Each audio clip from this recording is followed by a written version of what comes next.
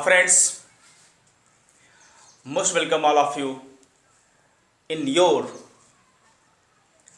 YouTube channel. I'm CC English classes, okay? And I hope that you are understanding, you are remembering, learning my all videos, because all videos are very important for the knowledge of our friends, okay? So you will have to study, you will have to learn my all videos if you want to know, if you want to learn, if you want to study to English language, okay? So you subscribe my channel, you like my channel, you comment my channel, okay? So you can understand English, you can speak English, you can write English, and you can talk English to anybody. Understand? So dear friends, you like my channel and you comment my channel and you told about my channel to your all friends, to all your neighbors, to all your family members. Understand? So thank you. Let's start the remaining portion of the tense, and today I am going to about discuss interrogative negative sentence of past definite tense. Understand? So let's start. तो हम लोग देख रहे हैं कि यहां पर interrogative negative sentence लिखा हुआ है, और इंट्रोगेटिव नेगेटिव सेंटेंस हम लोग पढ़ने चल रहे हैं पास्ट एंड डेफिनिट टेंस का। ये इंट्रोगेटिव नेगेटिव सेंटेंस हम लोग पढ़ने चल रहे हैं पास्ट एंड डेफिनिट टेंस का, ओके? इंट्रोगेटिव प्रश्नवाचक, नेगेटिव नकारात्मक, ऐसा सेंटेंस हम लोग पढ़ने चल रहे हैं जो प्रश्नवाचक भी होता है, नकारात्मक भी होता है। तो इंट्रोगेटिव नेगेटिव सेंटेंस भी दो प्रकार का होता है, एक प्रश्नवाचक शब्द पहले आता है, एक प्रश्नवाचक शब्द बीच में आता है। तो जब प्रश्नवाचक शब्द वाक्य शुरू में आता है उसके रूल्स हैं ये, उसके रूल्स हैं ये, ओके? अर्थात डिड लगाएंगे, सब्जेक्ट रखेंगे, नॉट रखेंगे, वर्ब रखेंगे, ऑब्जेक्ट रखेंगे। अंडरस्टैंड? बहुत ही आसान है, बहुत ही आसान है, इजी है, कुछ भी इसमें नहीं है, बशर्ते आप एक्टिव होकर के आप कॉपी और पेन लेकर के बैठे, कुछ नहीं है इसमें, बहुत आसान है। अंडरस्टैंड जी? पढ़ते रहें, समझते रहें और चैनल को लाइक करते रहें जी। Did subject not verb object and in the last you will write question mark. हम एग्जांपल लेते हैं, जैसे मैं कहूं क्या राम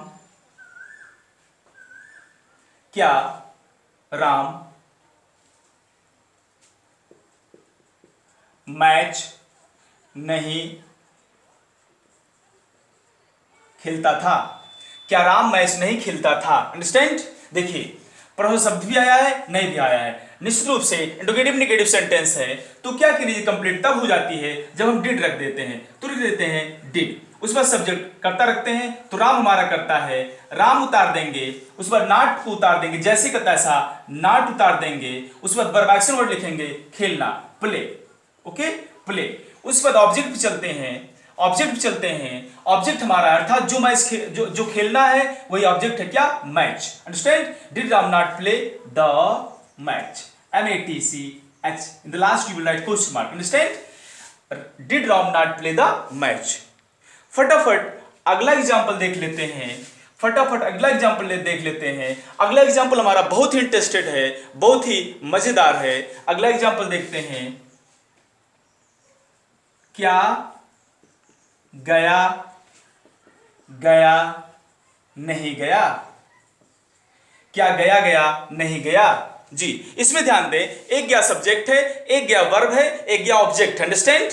क्या गया नहीं गया, ओके? क्या गया नहीं गया, ये हमारा सब्जेक्ट है, ये ऑब्जेक्ट है, ये वर्ब है। अंडरस्टैंड जी? तो सबसे पहले हमको डिड उतार देना है, डिड उतार दीजिए, उसके बाद सब्जेक्ट आता है गया, अर्थात इसको देखिए, कहने में थोड़ा सा देखिए, क्या गया नहीं गया, क्या गया नहीं गया, मतलब कहेंगे जब आप थोड़ा सा इसमें प्रेशर देकर के उतार चढ़ाओ तो क्लियर हो जाएगा। डिड, उसके बाद क्या? सब्जेक्ट है अर्थात गया, डिड गया, नॉट उतार देंगे, उसके बाद वर्ब एक्शन वर्ड आएगा, गया अर्थात जाना, क्या? गो, ओके? उसके बाद ऑब्जेक्ट आता है, तो जहां जाना वही ऑब्जेक्ट है, क्या? गया, अर्थात डिड गया नॉट गो टू गया, ओके जी? जब कहीं जाते हैं तो टू लगाते हैं। अंडरस्टैंड?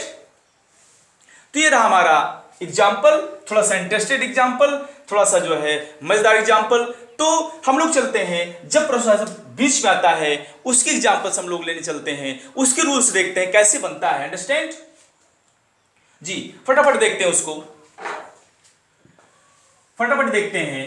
धैर्य बना के रखिए, इंग्लिश आएगी, इंग्लिश कहीं नहीं जाएगी, इंग्लिश आपको अब आकर के ही रहेगी। अगर हमारे सारे वीडियोस आप देख रहे हैं, सारे वीडियोस को आप जो है वॉचिंग कर रहे हैं, चैनल को सब्सक्राइब किए हुए हैं, सारे वीडियो आपको मिल रहे हैं, तो इंग्लिश में कुछ नहीं है, ये मेरा वादा है। इंग्लिश आपसे दूर नहीं है, इंग्लिश आप जानेंगे, समझेंगे, बोलेंगे, बात करेंगे।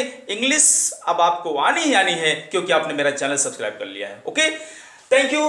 तो चलते हैं, जब प्रोसेसर बीच में आता है तब क्या होता है, प्रोसेसर की अंग्रेजी लिख देते हैं। ओके, प्रोसेसर की अंग्रेजी did subject not verb object question mark. इसको चाहे तो आप इस्तेमाल कर लें, फिलहाल समझने से विशेष रूप से मतलब है, एग्जाम्पल जब ऐसे लिखा जाएगा तो होगा ही। प्रोसेसर की did subject not verb object question mark. इसको मैं कहूं एग्जाम्पल, इसका लेता हूं एग्जाम्पल के रूप में मैं कहूं,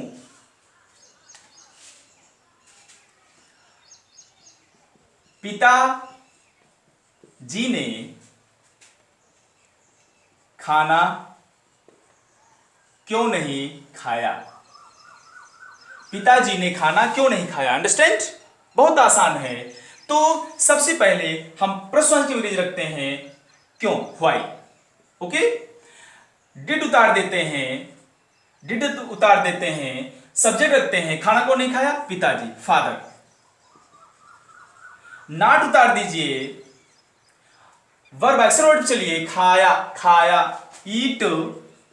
उसके बाद ऑब्जेक्ट चलते हैं, जो खाया या नहीं खाया वही ऑब्जेक्ट। क्या नहीं खाया गया, खाना, अर्थात food, FWD। In the last you will write question mark. Why did father not eat food, why did father not eat food. Understand. चलिए फटाफट अगले एग्जाम्पल की तरफ चलते हैं हम लोग। अगला एग्जाम्पल देखते हैं, मैं कहूं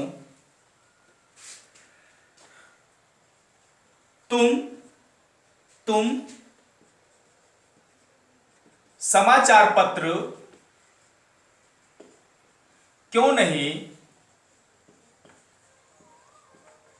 पढ़ते थे। तुम समाचार पत्र क्यों नहीं पढ़ते थे। सबसे पहले हमारा प्रश्न की अंग्रेजी आएगी, अर्थात व्हाई। ओके, हमारा डिड आएगा, सब्जेक्ट उतारना है, तुम समाचार पत्र क्यों नहीं पढ़ते थे। समाचार पत्र पढ़ने का काम या ना पढ़ने का काम कौन कर रहा है, तुम, अर्थात लिखेंगे यू। हमारा नॉट उतर जाएगा, नॉट उतार दीजिए, उसके बाद वर्ब एक्शन वर्ड आएगा हमारा, पढ़ना, क्या लिखेंगे, रीड। उसके बाद हमारा आता ऑब्जेक्ट अर्थात एक्शन वर्ड, क्षमा चाहते हैं, अर्थात ऑब्जेक्ट कर्म आएगा। तो क्या जो पढ़ना है या नहीं पढ़ने में ऑब्जेक्ट क्या, समाचार पत्र, अर्थात न्यूज़पेपर, द लगा दीजिए, the newspaper, NWSPAPER। Okay, the last you will write question mark. Why did you not read the newspaper. तुम समाचार पत्र क्यों नहीं पढ़ते थे। Why did you not read the newspaper. ये हमारा रहा एग्जाम्पल, और ये रहा past indefinite tense. Okay, past indefinite tense हमने सिंपल पढ़ा, नेगेटिव पढ़ा, इंट्रोगेटिव पढ़ा, इंट्रोगेटिव नेगेटिव पढ़ा। इस तरीके से बहुत ही इंटरेस्टिंग टॉपिक, बहुत ही मजेदार टॉपिक खत्म होता है, पास्ट इंडेफिनिट टेंस। मैंने आपको शुरू बताया था, कहीं पर अगर इंग्लिश लिखा हुआ है तो 80% पास्ट इंडेफिनिट टेंस में लिखा होता है। तो निश्चित रूप से उम्मीद करते हैं समझ में आया होगा, और अगर समझ में आया है तो आप चैनल को पसंद करें, सब्सक्राइब करें, अपने साथियों, मित्रों, दोस्तों से बताएं। Thank you so much, God bless, धन्यवाद।